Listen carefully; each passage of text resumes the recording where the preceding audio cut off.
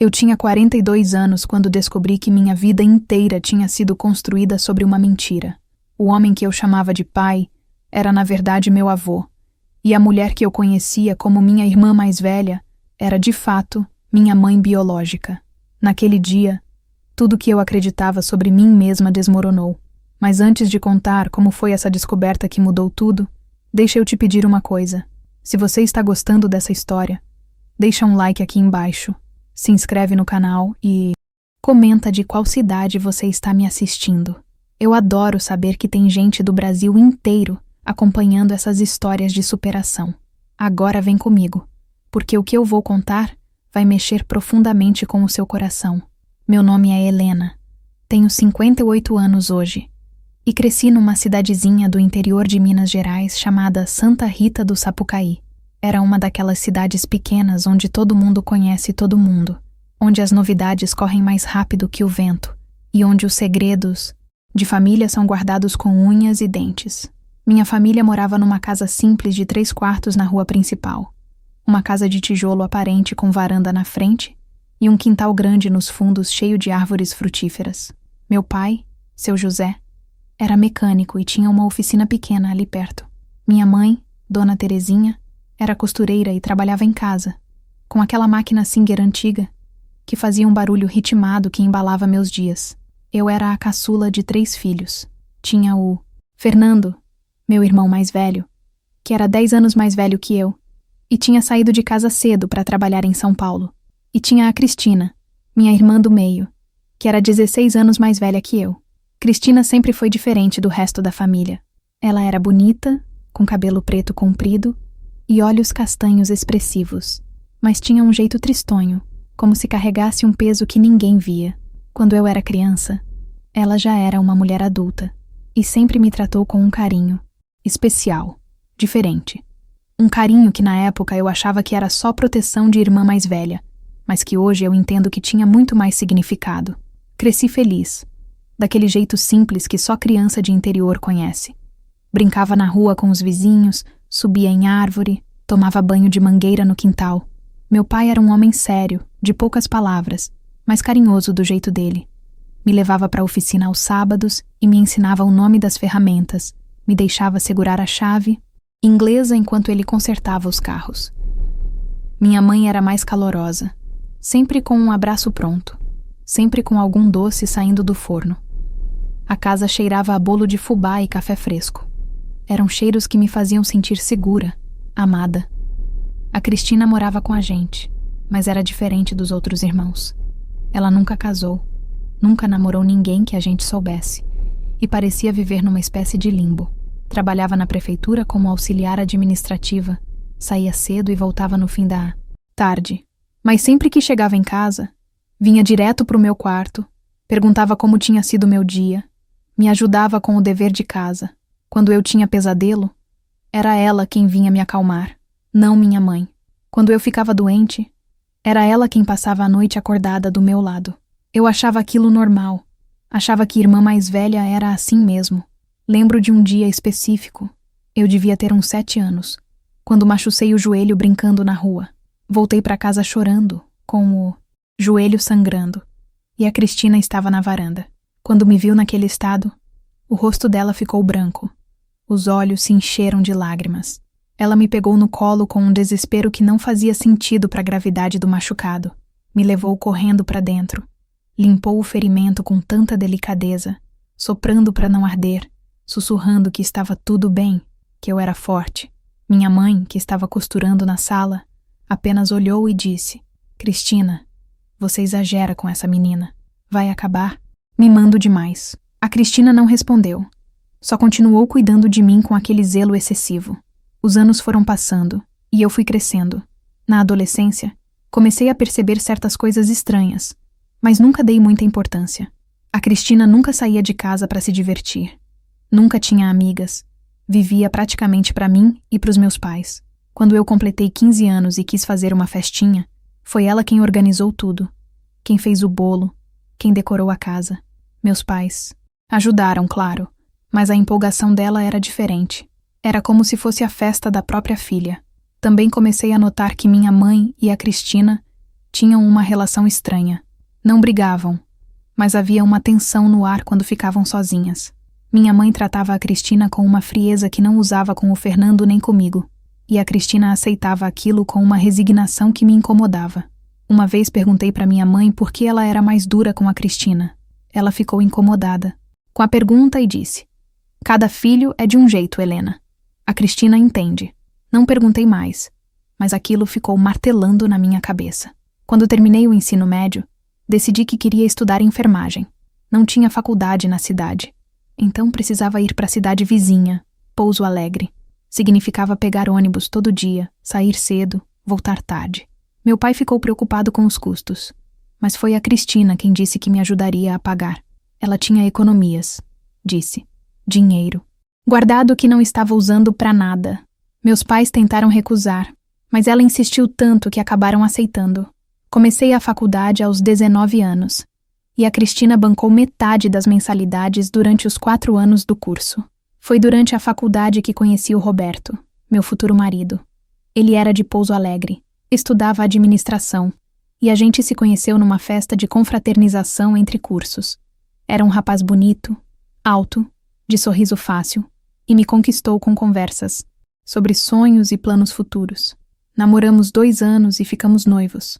Quando levei ele para conhecer minha família, todos gostaram, menos a Cristina.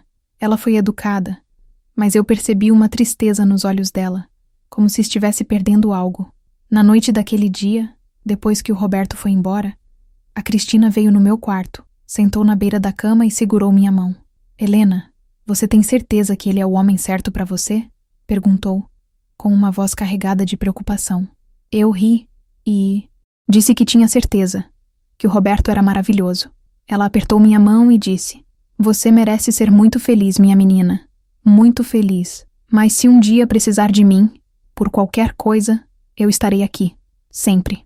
Achei aquilo estranho, mas atribuí a uma preocupação natural de irmã mais velha, vendo a caçula crescer. Me casei aos 24 anos, numa cerimônia simples na igreja da cidade. A Cristina foi minha madrinha. Lembro dela naquele dia, com um vestido azul marinho, sorrindo para as fotos, mas com os olhos vermelhos. Pensei que fosse emoção. Fui morar com o Roberto em Pouso Alegre, onde ele tinha conseguido um emprego bom, numa empresa de contabilidade. Comecei a trabalhar no hospital da cidade como enfermeira. A vida corria normal, tranquila. Visitava meus pais e a Cristina todo mês. A casa continuava a mesma, com o cheiro de café e bolo, com o barulho da máquina de costura da minha mãe, com meu pai na oficina. Mas a Cristina parecia estar definhando. Ficou mais magra, mais quieta, com olheiras profundas. Quando perguntava o que estava acontecendo, ela dizia que era cansaço do trabalho. Nada demais. Mas eu via que era mais que isso. Havia uma melancolia nela que ia além do cansaço. Aos 28 anos, engravidei do meu primeiro filho. Quando dei a notícia para a família, meu pai e minha mãe ficaram felizes. Abraçaram a gente, comemoraram. A Cristina também ficou feliz, mas daquele jeito contido dela. Me abraçou forte e sussurrou no meu ouvido: "Você vai ser uma mãe maravilhosa, melhor do que eu jamais pude ser." Achei aquela frase estranha. Melhor do que ela pôde ser? Ela nunca tinha tido filhos. Por que diria uma coisa dessas? Meu filho, o Gustavo, nasceu em março de 1989. Foi o dia mais feliz da minha vida. Quando a Cristina veio visitar a gente no hospital, ela segurou o bebê com tanta delicadeza, com tanta emoção, que começou a chorar. "Desculpa", ela disse, enxugando as lágrimas. "É que ele é tão perfeito, tão perfeito." Fiquei ali, olhando ela com meu filho no colo, e pela primeira vez tive uma sensação estranha, uma pontinha de desconfiança que não sabia nomear, mas deixei passar. Os anos seguintes foram intensos. Criei meu filho, trabalhei no hospital, vivi minha vida. A Cristina continuava a mesma, vivendo com meus pais, trabalhando na prefeitura, existindo naquela vida sem graça. Meu pai começou a ter problemas de saúde aos 65 anos.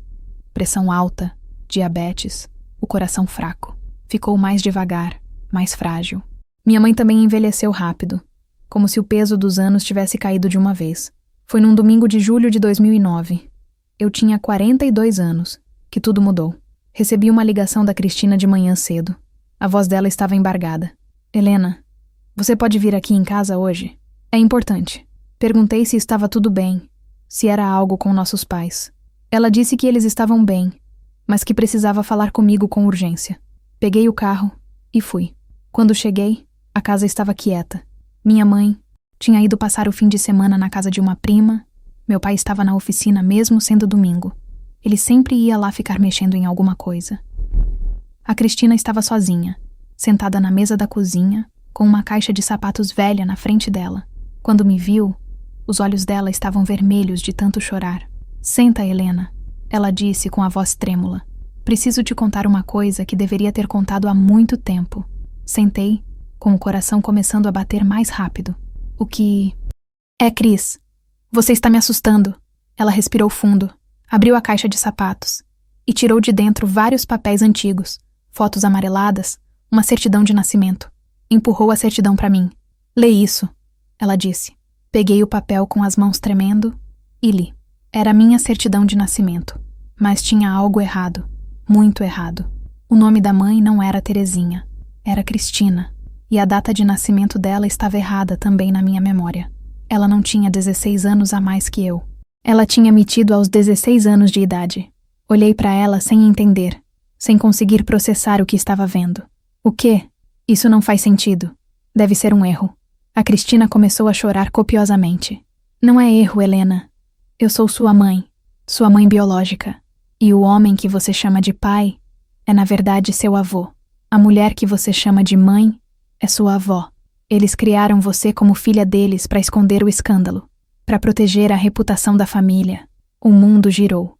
Tudo ficou embaçado. Não conseguia respirar direito. Senti como se o chão tivesse se aberto debaixo dos meus pés e eu estivesse caindo num abismo sem fim. Fiquei ali sentada, segurando aquela certidão de nascimento, lendo e relendo como se as palavras fossem mudar, mas não mudavam. Mãe, Cristina Maria dos Santos. Data de nascimento da mãe, 12 de abril de 1951. Fiz as contas rapidamente na cabeça. Se ela nasceu em 1951 e eu em 1967, ela tinha realmente 16 anos quando me teve. 16. Uma adolescente. Minha irmã. Não. Minha mãe. As palavras não faziam sentido juntas. Cristina continuava chorando do outro lado da mesa, com as mãos cobrindo o rosto. Eu queria gritar, queria levantar e sair correndo, mas meu corpo não respondia. Estava paralisada, em choque. Finalmente consegui falar, com a voz saindo estranha, distante. Como? Por quê? Quem é meu pai? Ela levantou o rosto, vermelho e inchado de tanto chorar, e disse: Seu pai era um rapaz da cidade, filho de um fazendeiro. A gente namorava escondido. Eu tinha 15 anos quando engravidei. Quando descobri, ele desapareceu. A família dele mandou ele embora, para longe, e nunca mais voltou. A voz dela tremia a cada palavra. Contei para os meus pais, para o seu avô e para sua avó. Eles ficaram desesperados. Naquela época, Helena, uma menina solteira grávida, era a maior vergonha que podia acontecer numa família. Nos primeiros meses, eles tentaram esconder, me trancaram em casa dizendo que eu estava doente. Quando a barriga começou a crescer e não dava mais para disfarçar, eles tiveram a ideia. Minha mãe, sua avó, ia fingir que estava grávida. Como ela usava vestidos largos e tinha sobrepeso, foi fácil fazer as pessoas acreditarem.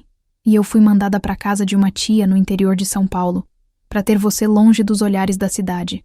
Cada palavra que saía da boca dela era uma facada no meu peito. Então você me teve lá? Ela assentiu. Nasci sozinha, num quartinho nos fundos da casa. Da tia Madalena, a irmã mais velha do papai, do seu avô. Foi um parto difícil, demorado. A tia chamou uma parteira da região, uma senhora que não fazia perguntas. Quando você nasceu, ela segurou Helena, e foi a coisa mais linda que eu já tinha visto na vida. Tão pequenininha, tão perfeita. Eu quis te amamentar, quis ficar com você, mas a tia Madalena disse que não era possível, que seus avós já tinham decidido tudo. Seu avô veio me buscar 2 semanas depois. Trouxe você embrulhada numa manta. Voltamos para casa, e para a cidade inteira. Você era a filha deles, que tinha nascido enquanto eles estavam visitando a família em São Paulo. Ninguém questionou. Todo mundo acreditou. E eu voltei a ser apenas a irmã mais velha. Sua avó te criou como filha desde o primeiro dia, e eu tive que ficar ali, te vendo crescer, te chamando ela de mãe, te chamando ele de pai, enquanto meu coração se despedaçava um pouco mais a cada dia. Comecei a chorar, não aquele choro silencioso, mas um choro violento, que vinha lá de dentro. Tudo começou a fazer sentido de uma forma cruel e dolorosa. O jeito que Cristina sempre me tratou, o carinho excessivo, a dedicação total, a tristeza nos olhos, a relação estranha com minha avó, que eu chamava de mãe. Tudo tinha explicação agora, e a explicação era devastadora. Por que você não me contou antes? Gritei, sem conseguir controlar a voz. Por que deixou eu viver uma mentira a vida toda? Ela soluçou mais alto. Porque eu não podia. Helena, seus avós me fizeram prometer. Disseram que se eu contasse, ia destruir a família, ia te machucar, ia manchar seu nome. Disseram que ninguém ia querer casar com você se soubessem a verdade, que você seria marcada pro resto da vida como filha do pecado. Eu era nova, assustada, dependia deles. Então guardei o segredo. Todos esses anos, guardei. Me levantei da cadeira tão rápido que ela caiu para trás com um estrondo. Não consigo acreditar nisso. Não consigo acreditar que você... Ficou calada todos esses anos. Me viu chamar outra pessoa de mãe. Me viu crescer achando que você era minha irmã. Como você aguentou? Como você dormia à noite sabendo dessa mentira? Cristina se levantou também. Tentou se aproximar, mas eu recuei. Não encosta em mim. Não agora. Peguei minha bolsa e saí daquela casa quase correndo, sem olhar para trás, mesmo ouvindo Cristina me chamando, implorando para eu voltar, pra gente conversar mais. Entrei no carro com as mãos tremendo tanto que mal conseguia colocar a chave na ignição. Quando finalmente consegui, dirigi sem destino, com as lágrimas embaçando minha visão.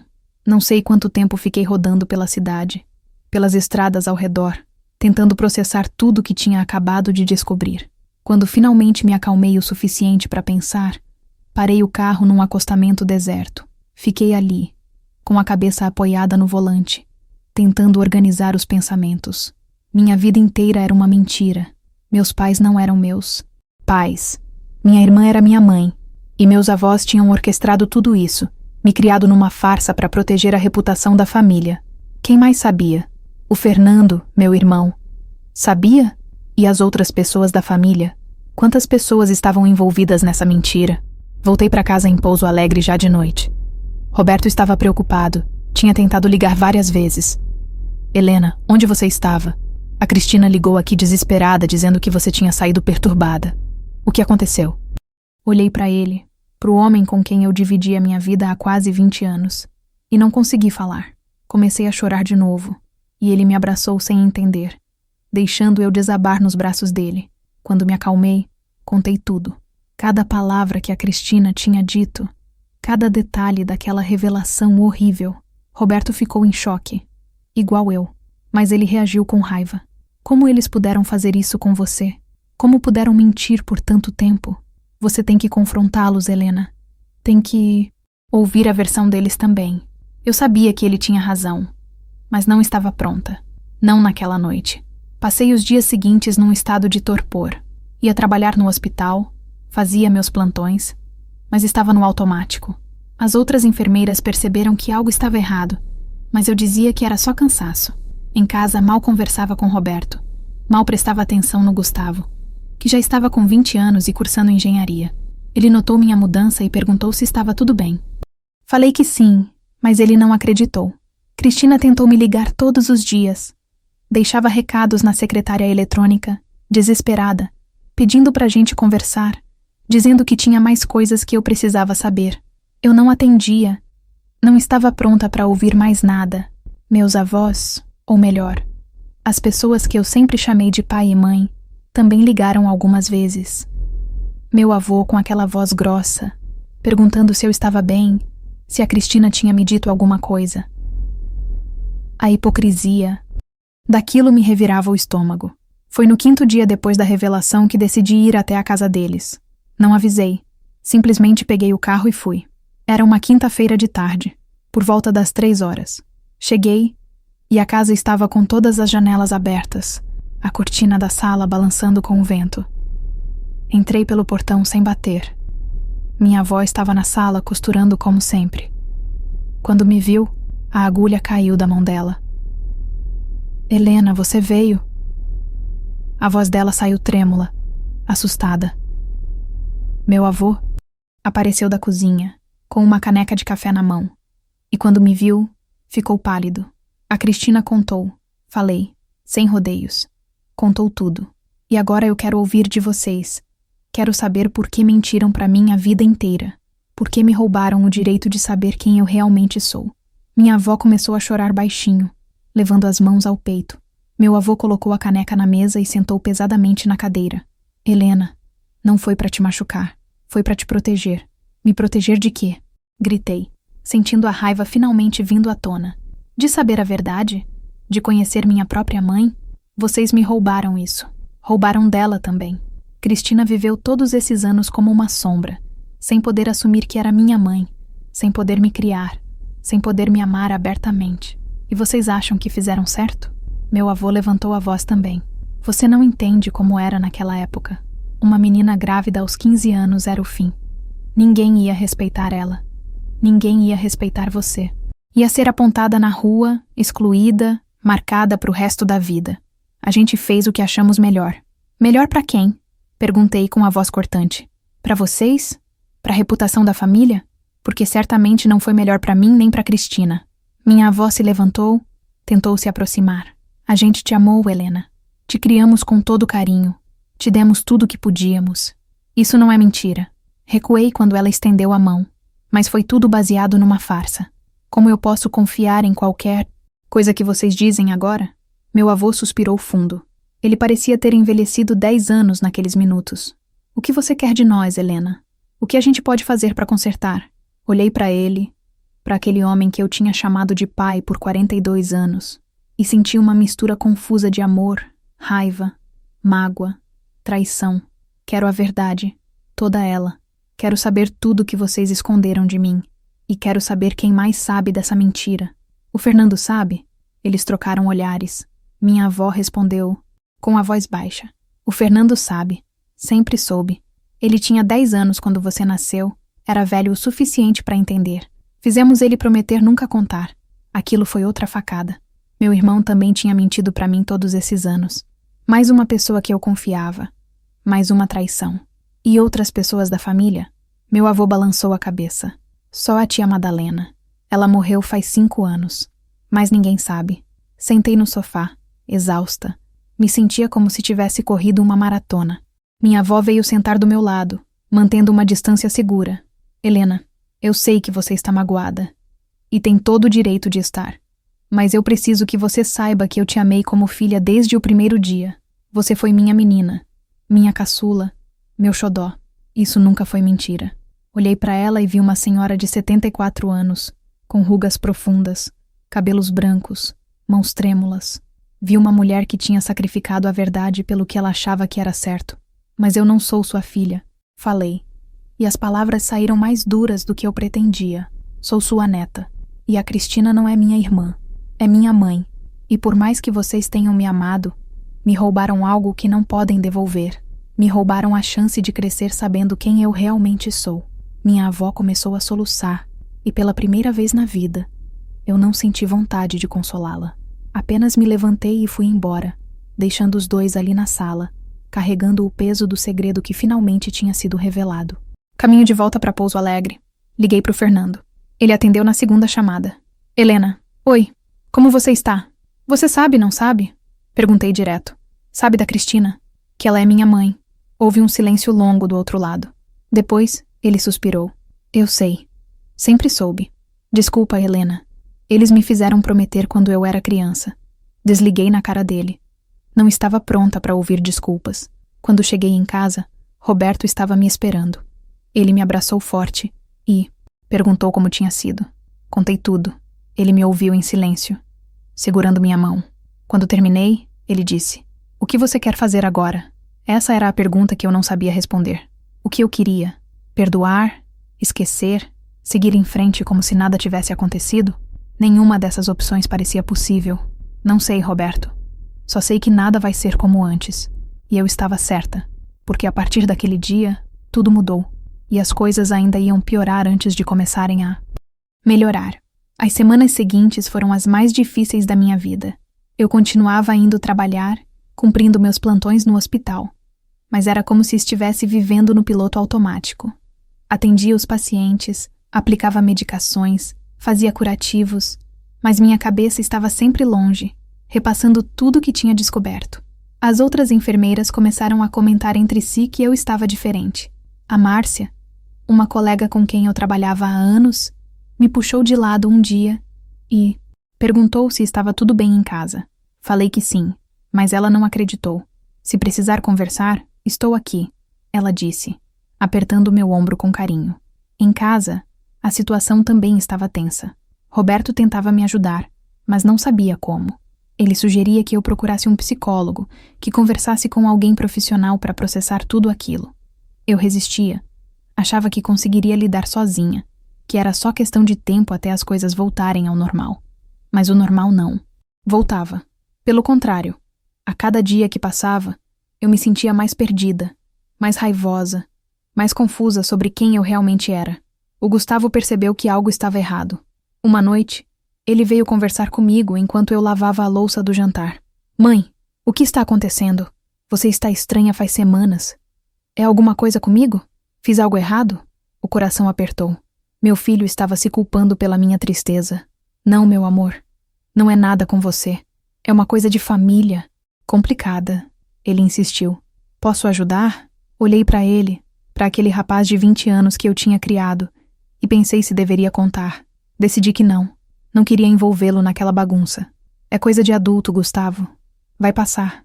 Ele não pareceu convencido, mas não insistiu mais. Cristina continuava tentando falar comigo. Ligava toda semana, deixava recados cada vez mais desesperados. Helena, por favor, atende. Preciso falar com você. Tem coisas que você ainda não sabe. Coisas importantes. Por favor, me dá uma chance. Eu ouvia os recados e apagava sem responder. Não estava pronta para encarar ela de novo. Não sabia o que sentir em relação a Cristina. Raiva por ter mentido? Pena pela vida que ela teve que viver? Gratidão por finalmente ter contado? Tudo isso junto me deixava confusa demais. Meus avós também tentavam contato, mas com menos frequência. Meu avô ligou 2 vezes, com aquela voz pesada de quem carrega a culpa. Helena, a gente sente muito. A gente só quer que você saiba disso. Eu escutava em silêncio e desligava. Minha avó mandou recado com uma vizinha, pedindo para eu ir almoçar lá no domingo. Não fui. Não conseguia estar perto dele sem sentir aquela mistura de amor e traição que me sufocava. Foi no início de setembro, quase 2 meses depois da revelação, que comecei a perceber outros sinais estranhos. Coisas pequenas que individualmente não significavam nada, mas que juntas começaram a me incomodar. Uma tarde, fui ao supermercado em Santa Rita do Sapucaí, a cidade onde cresci, porque tinha que resolver umas coisas no cartório. Enquanto escolhia frutas, senti alguém me observando. Virei e vi Dona Lourdes, uma senhora que morava perto da casa dos meus avós. Quando nossos olhos se encontraram, ela desviou o olhar rapidamente e se afastou. Achei estranho, porque ela sempre tinha sido simpática comigo. Paguei as compras e quando estava indo para o carro, encontrei com ela de novo no estacionamento. Dessa vez ela não teve como desviar. Dona Lourdes, tudo bem? Perguntei, tentando ser educada. Ela ficou visivelmente desconfortável. Tudo, Helena. Tudo bem. Ia se afastar quando a segurei de leve pelo braço. A senhora sabe de alguma coisa, não sabe? Sobre mim, sobre minha família. Ela ficou pálida. Eu não sei de nada, menina. Desculpa, estou com pressa. E saiu apressada, quase correndo. Aquilo me deixou inquieta. O que mais as pessoas da cidade sabiam?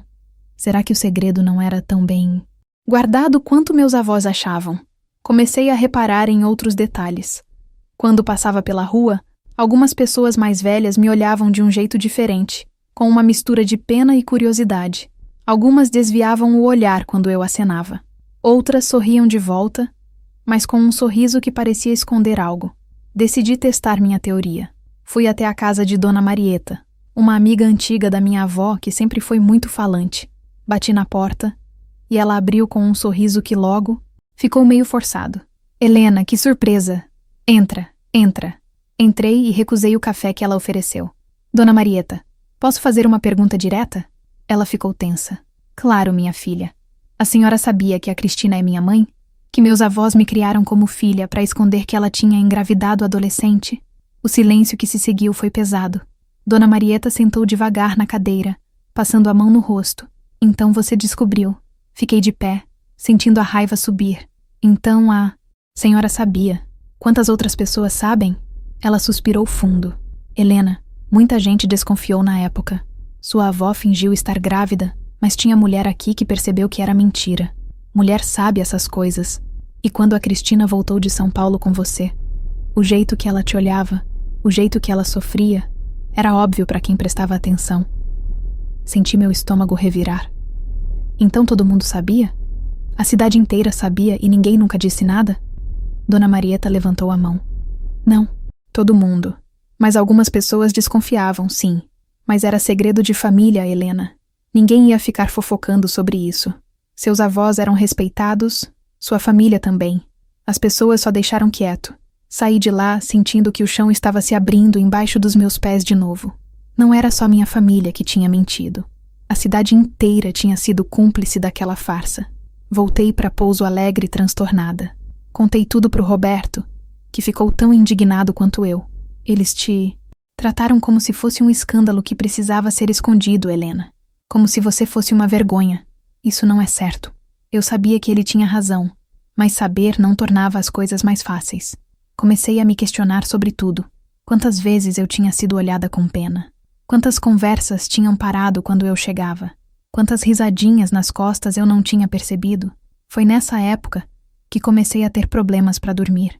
Ficava acordada até tarde, revirando tudo na cabeça. Quando finalmente pegava no sono, tinha pesadelos. Sonhava que estava na escola, e todos sabiam do meu segredo menos eu. Sonhava que confrontava minha avó, e ela dizia que nunca tinha me amado de verdade. Acordava suada, com o coração disparado. Roberto percebeu e insistiu de novo na terapia. Dessa vez, concordei. Comecei a fazer sessões com uma psicóloga em Pouso Alegre, a doutora Silvia.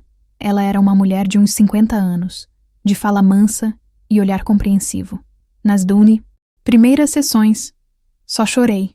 Não conseguia colocar em palavras a bagunça que era minha cabeça, mas aos poucos fui me abrindo, contando tudo desde o início. Ela me ouviu sem julgar, fazendo perguntas cuidadosas que me faziam pensar. Numa das sessões, ela disse algo que me marcou. Helena, você está de luto. Não de uma pessoa, mas de uma versão da sua vida que você achava que era verdade.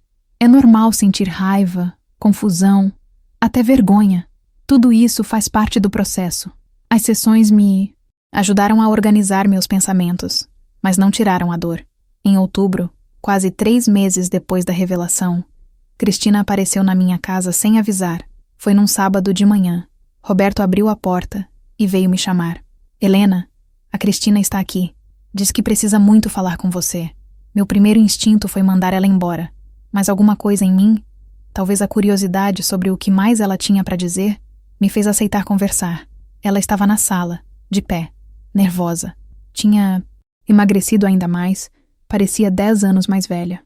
Helena, obrigada por me receber. Sei que você está brava, tem todo o direito, mas preciso te contar algumas coisas que vão te ajudar a entender melhor. Sentei no sofá, mantendo distância. Roberto ficou na porta da cozinha, de prontidão caso eu precisasse dele. Fala, falei, com a voz mais fria do que pretendia. Cristina sentou na ponta da poltrona, com as mãos entrelaçadas no colo.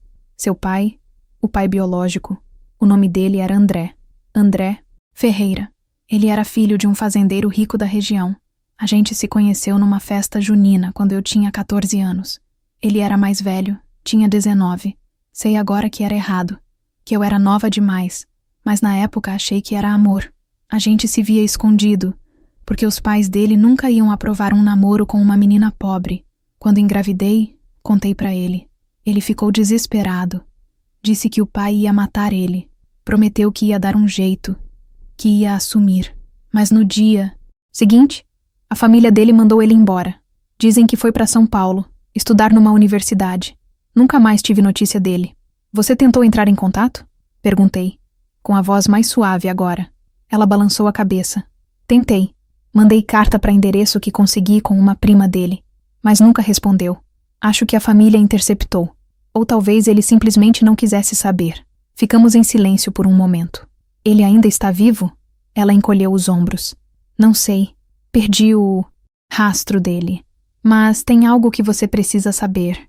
Esse nome, André Ferreira, eu guardei todos esses anos. Se você quiser procurar, tenho algumas informações que podem ajudar. Meu coração começou a bater mais rápido. Procurar meu pai biológico? Isso tinha passado pela minha cabeça várias vezes nas últimas semanas, mas parecia um passo grande demais. Não sei se quero isso, Cristina. Já é muita informação. Ela assentiu. Eu entendo, mas se mudar de ideia, me procura. Vou te dar tudo que tenho. Ficou mais um pouco, tentando conversar sobre outras coisas, perguntando como eu estava, se estava fazendo terapia. Respondi com monossílabos. Quando ela se levantou para ir embora, parou na porta. Helena, eu sei que fui covarde. Devia ter contado antes. Mas, por favor, acredita quando eu digo que cada dia que passei mentindo para você foi uma tortura. Eu te amo mais do que qualquer coisa nesse mundo. Sempre amei. E vou passar o resto da minha vida te provando isso. Se você me deixar. Depois que ela foi embora, fiquei sentada no sofá, processando tudo. Roberto veio sentar do meu lado. O que você vai fazer? Olhei para ele e pela primeira vez em meses senti uma pontinha de clareza. Acho que vou procurar ele. Meu pai biológico. Preciso fechar esse ciclo, saber a história completa. Roberto apertou minha mão. Eu te apoio no que decidir, amor. A gente passa por isso juntos. E foi assim que comecei a me preparar para a próxima fase dessa jornada. Mas o que eu ia descobrir sobre André Ferreira ia abalar ainda mais as estruturas já frágeis da minha identidade. Passei 2 semanas juntando coragem antes de realmente começar a procurar por André Ferreira. A Cristina tinha me dado tudo o que tinha. O nome completo dele, o nome dos pais, a fazenda onde a família morava na época, e um endereço antigo em São Paulo para onde ele tinha sido mandado em 1967. Eram informações de mais de 40 anos atrás, mas era um começo. Roberto sugeriu que contratássemos um detetive particular, mas eu queria tentar sozinha primeiro. Sentia que precisava ter controle sobre aquilo. Comecei pela internet. Pesquisei o nome dele em redes sociais, em sites de busca, em registros públicos. Encontrei vários André Ferreira, mas nenhum parecia ser o homem certo. A maioria era jovem demais ou de outras regiões do país. Liguei para a prefeitura de Santa Rita do Sapucaí, tentando acessar registros antigos, mas me disseram que precisava ir pessoalmente. Marquei uma folga no hospital e fui até lá numa quinta-feira de manhã.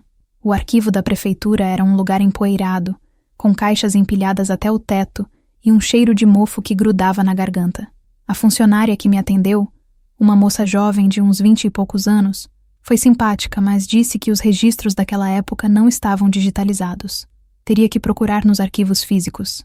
Me deu permissão para entrar no depósito e revirar as caixas do ano de 1967. Passei 3 horas. Ali, abrindo caixas, lendo documentos amarelados, espirrando por causa da poeira. Finalmente encontrei algo. Um registro de transferência de propriedade da fazenda da família Ferreira. A fazenda tinha sido vendida em 1970 para outra família.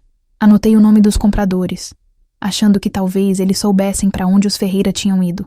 Com essa informação, voltei para casa e continuei pesquisando. Descobri que a família que comprou a fazenda ainda vivia na região. Consegui um número de telefone e liguei. Quem atendeu foi um senhor de voz rouca que se apresentou como Joaquim. Expliquei que estava procurando informações sobre a família Ferreira que tinha vendido a fazenda para ele. Houve uma pausa longa. Os Ferreira, ele disse devagar. Faz tempo que não ouço esse nome. Que você quer saber? Estou procurando André Ferreira. Era o filho do dono da fazenda. O senhor sabe para onde ele foi? Joaquim ficou em silêncio por um tempo. Olha, moça, eu não conheci bem a família. Quando compramos a fazenda, eles já tinham ido embora. Mas lembro que tinha conversa na época que o filho tinha se metido em confusão, que por isso venderam tudo correndo. Meu estômago apertou. Que tipo de confusão? Não sei os detalhes, mas tinha a ver com uma menina. Falavam que ele tinha engravidado uma menor de idade, e a família dele quis abafar o escândalo. Desligou o telefone com as mãos tremendo. Então a cidade inteira realmente sabia, e minha existência era o escândalo que tinha destruído a vida de várias pessoas.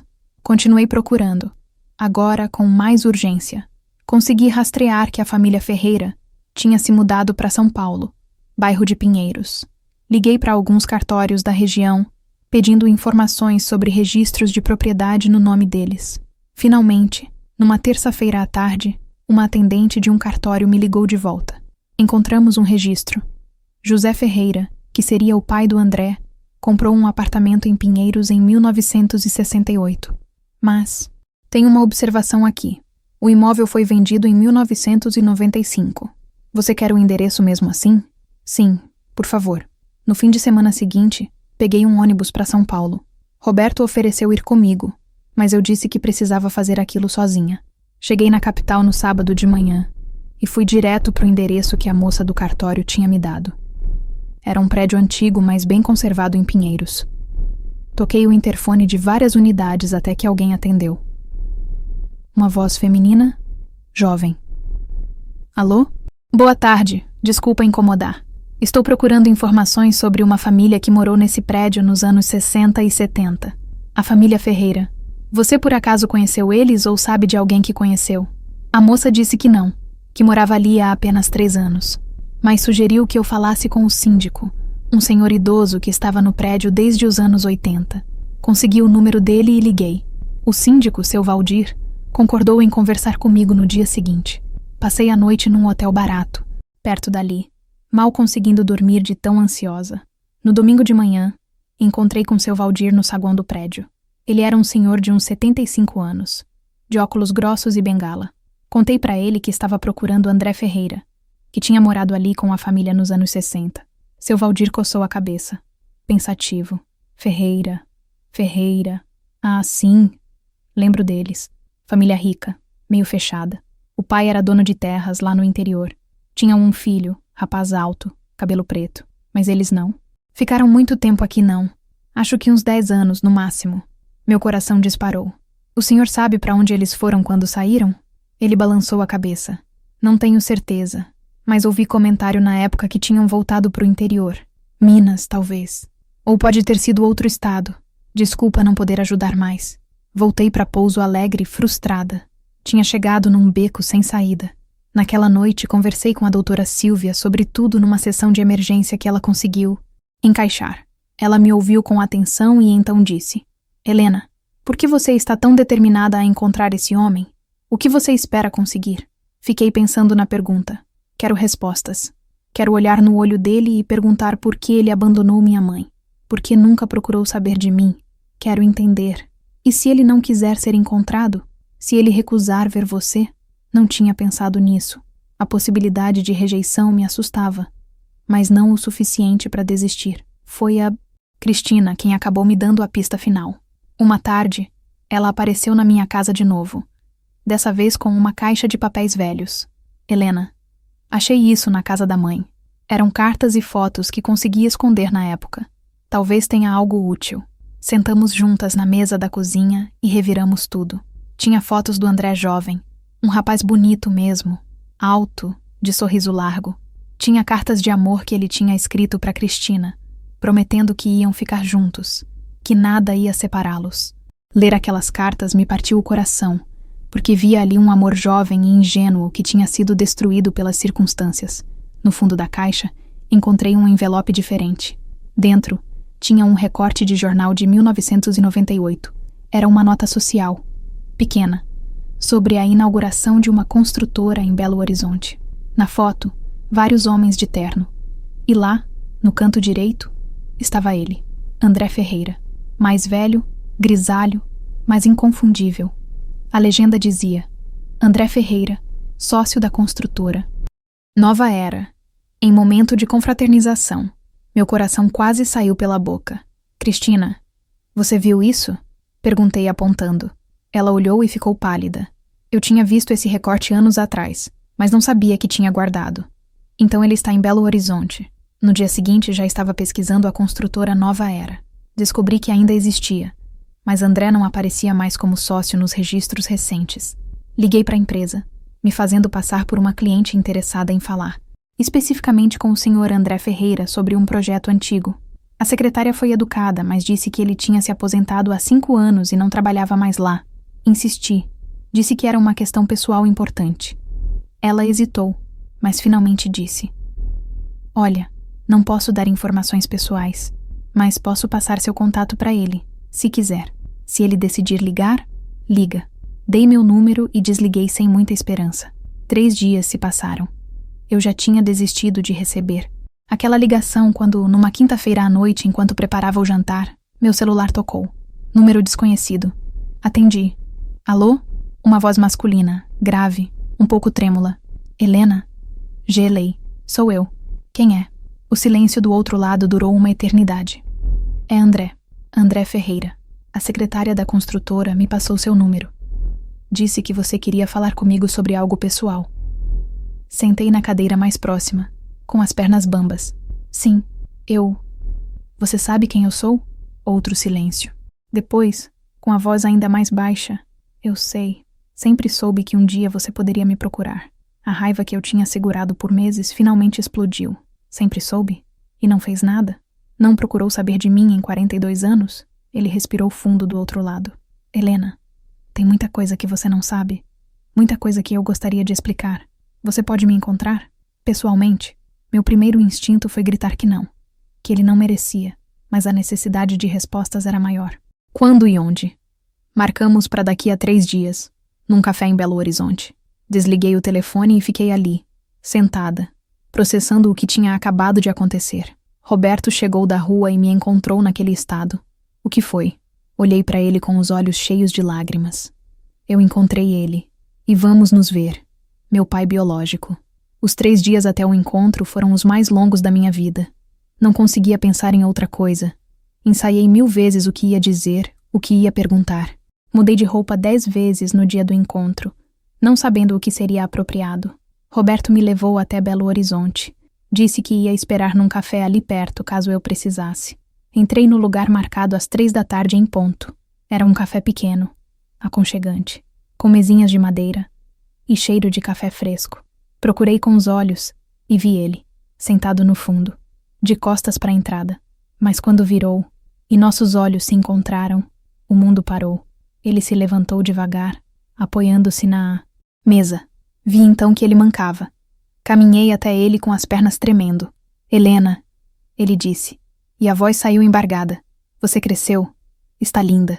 Ficamos ali, de pé, um na frente do outro, 2 estranhos que compartilhavam sangue. Finalmente sentei. Ele sentou também, com dificuldade. Machuquei a perna num acidente há uns anos, explicou, percebendo meu olhar. Mas não é sobre isso que você quer conversar. Não, falei, com a voz mais firme do que eu esperava. Quero saber por que você abandonou minha mãe, por que nunca procurou saber de mim. Quero saber se alguma vez você pensou na gente, se alguma vez se importou. Ele fechou os olhos, e quando abriu, estavam úmidos. Todo dia, Helena. Pensei em vocês todo santo dia da minha vida. E a história que vou te contar vai explicar por quê. Pode não justificar, mas vai explicar. E foi ali, naquele café em Belo Horizonte, que ele começou a me contar sua versão da história. Uma versão que ia mudar completamente tudo que eu achava que sabia sobre minha origem. André começou a falar devagar, escolhendo cada palavra com cuidado. Quando descobri que a Cristina estava grávida, Helena, eu tinha 19 anos. Era jovem, irresponsável, mas não era um monstro. Eu amava ela de verdade. Quando ela me contou, minha primeira reação foi querer assumir. Disse que a gente ia fugir, casar, criar nosso filho longe de todo mundo. Ele respirou fundo antes de continuar. Mas meu pai descobriu antes que a gente pudesse fazer qualquer coisa. Não sei como, mas ele descobriu. E foi terrível. Meu avô, o pai dele, me chamou no escritório da fazenda e me deu 2 opções. Ou eu sumia e deixava a Cristina em paz, ou ele destruía a família dela. Literalmente destruía. Disse que ia fazer seu José, o pai dela, perder a oficina. Ia espalhar que a Cristina era uma vagabunda que tinha engravidado de vários homens. Ia garantir que ninguém na cidade fizesse negócio com a família. Senti minha respiração ficar presa. E... você acreditou que ele faria isso? André assentiu com tristeza. Eu conhecia meu pai, Helena. Ele era um homem poderoso, influente. E quando decidia destruir alguém, destruía mesmo. Já tinha visto ele fazer isso com outras pessoas que cruzaram o caminho dele. Eu tinha medo do que ele era capaz de fazer com a Cristina e a família dela.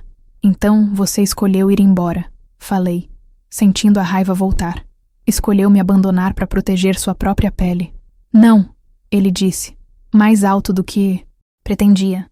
Algumas pessoas viraram para olhar, e ele abaixou a voz. Não foi para me proteger, foi para proteger vocês. Meu pai deixou claro que se eu ficasse, ia fazer a vida da Cristina um inferno. Ela era menor de idade, Helena. Ele podia ter me colocado na cadeia por isso. Podia ter destruído tudo.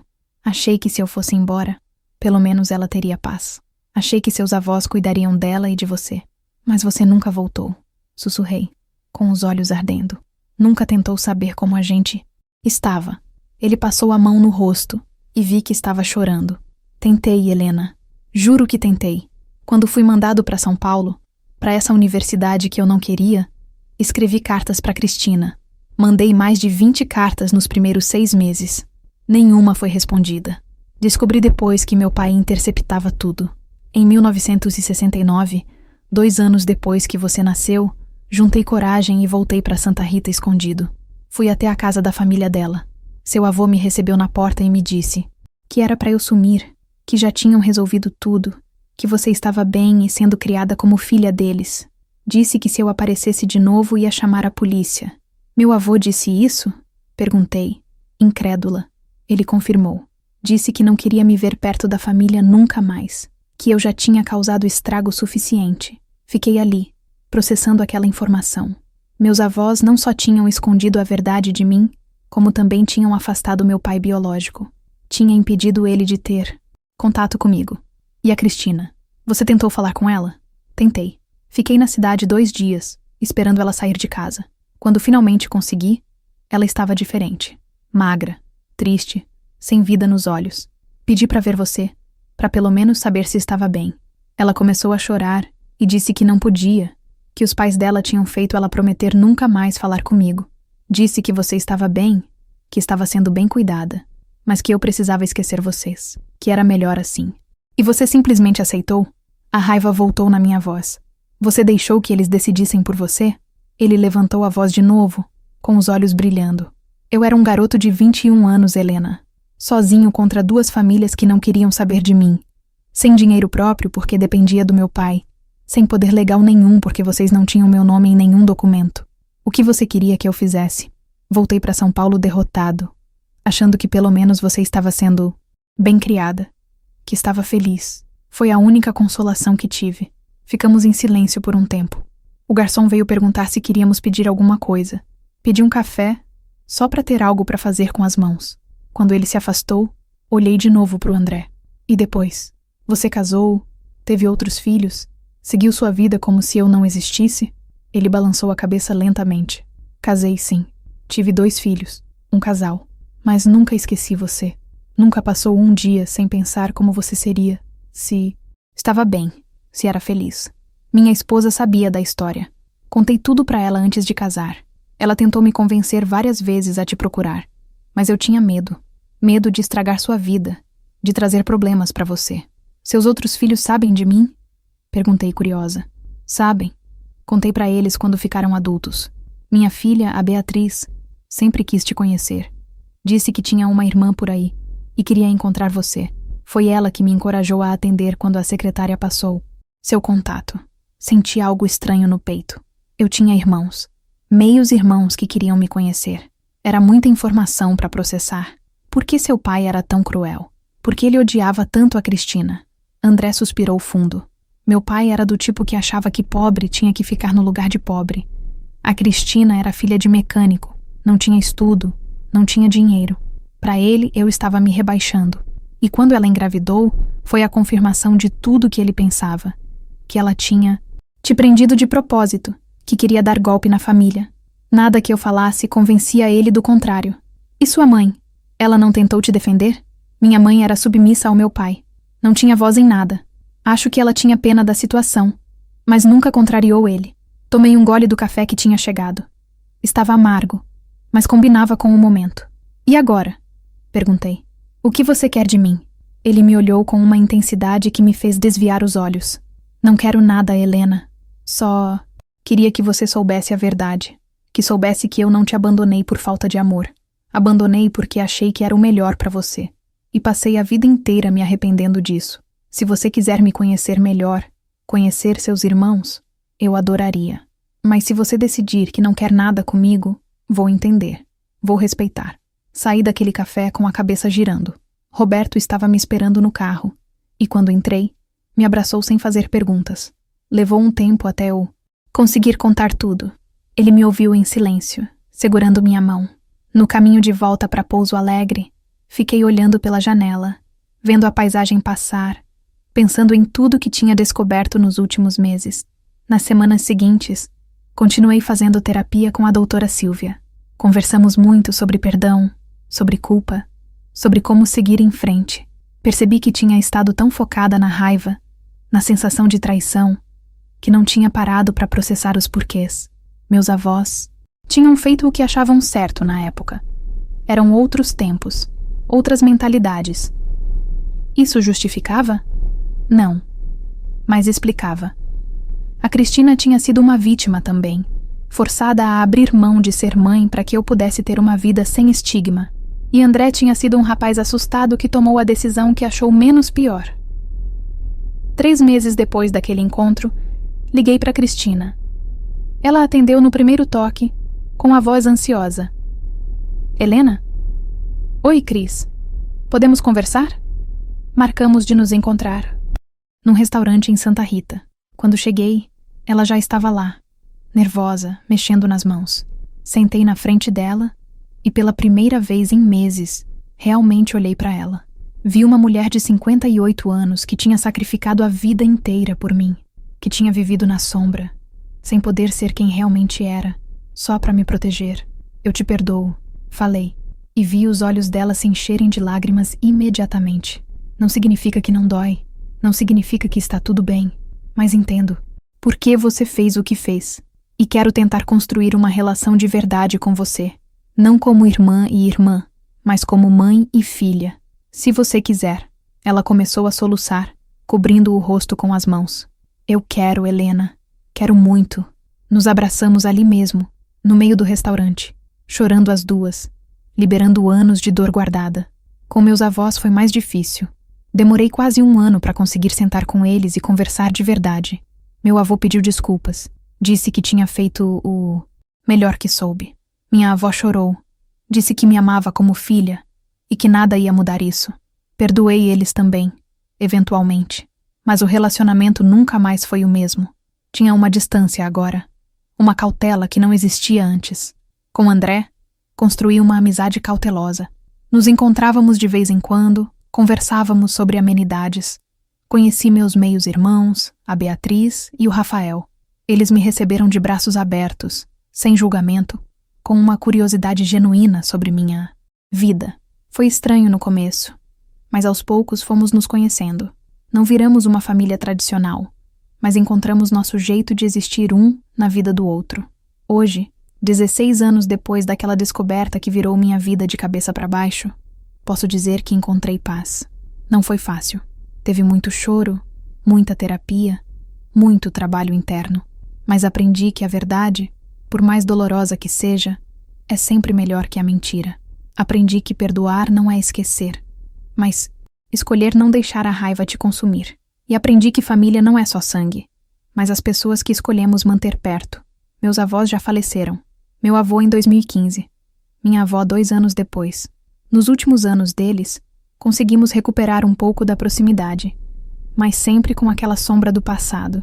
A Cristina continua presente na minha vida, agora como mãe de verdade. A gente conversa toda semana, almoça junto quando dá.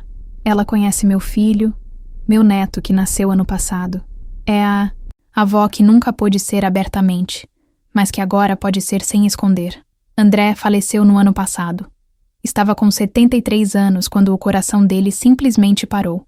Fui ao enterro. Conheci a família dele toda. Vi que tinha sido amado e respeitado. No velório, a Beatriz me abraçou e disse: "Obrigada por ter dado uma chance para ele. Os últimos anos dele foram mais leves sabendo que você sabia a verdade. Aquilo me confortou de um jeito que eu não esperava. Se tem algo que posso dizer para vocês que estão me ouvindo segredos de família destroem mais do que protegem. A verdade pode machucar, mas a mentira machuca mais a longo prazo. Se você está guardando um segredo que afeta outras pessoas, conte. Se você está vivendo uma mentira, busque a verdade. Vai doer? Sim. Vai ser difícil? Com certeza. Mas do outro lado da dor, tem a possibilidade de cura, de reconstrução, de paz. Eu vivi 42 anos achando que sabia quem eu era. Descobri que estava errada. E teve um tempo que achei que tinha perdido minha identidade. Mas na verdade só ganhei mais camadas. Sou filha da Cristina, neta dos meus avós, filha por criação também. Sou irmã do Fernando e irmã da Beatriz e do Rafael. Sou todas essas coisas ao mesmo tempo. E aprendi que identidade não é uma coisa fixa que você recebe pronta. É algo que você constrói, todos os dias, com suas escolhas e suas ações. Hoje, aos 58 anos, olho para trás e agradeço pela jornada. Por mais dolorosa que tenha sido, me tornei uma pessoa mais forte, mais empática, mais compreensiva. E se pudesse voltar no tempo, mudaria alguma coisa? Talvez, mas não sei se seria para melhor, porque tudo que passei me trouxe até aqui, até essa versão de mim que finalmente está em paz com sua história. Obrigada por me ouvir até o fim. Espero que minha história tenha tocado seu coração, e que se você está passando por algo parecido, saiba que é possível sobreviver à revelação mais devastadora e sair mais forte do outro lado. Vida não é sobre nunca cair, é sobre aprender a se levantar.